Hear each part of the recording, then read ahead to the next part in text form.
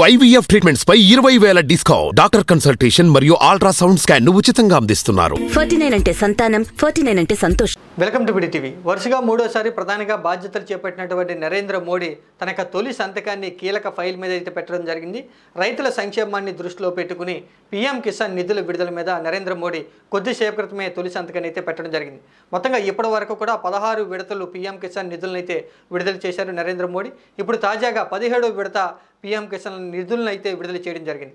కొద్దిసేపు క్రితమే దేశవ్యాప్తంగా ఉన్నటువంటి అర్హులైనటువంటి 9 కోట్ల పైచలకు రైతులకు మేలు చేకూరే విధంగా 20,000 కోట్ల నిధులను అయితే విడుదల చేయడం జరిగింది.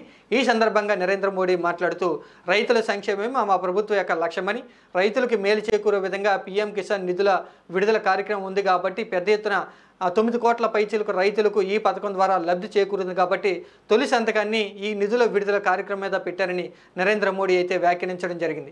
ఇక ఈరోజు సాయంత్రం అయితే నరేంద్ర మోడీ ఒక కీలక సమావేశాన్ని అయితే ఏర్పాటు చేయబోతున్నట్లుగా తెలుస్తుంది.